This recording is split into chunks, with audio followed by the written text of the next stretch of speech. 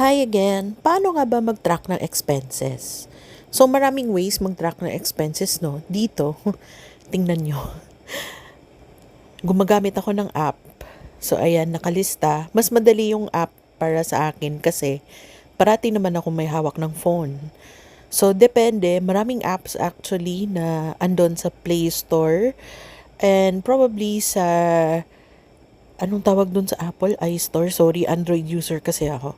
So anyway, so ayun, day by day, makakatrack ka ng expenses, may categories na pwede mong ma-edit. Ayan, meron pang pie graph representation to this. So, para sa akin, mas madali kong ma-monitor na digital kasi parating on hand naman yung phone ko.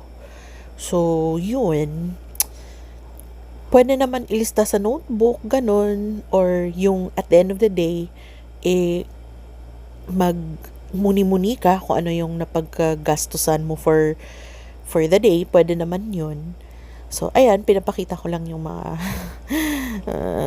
expenses ko. So, ayun, merong categories at subcategories.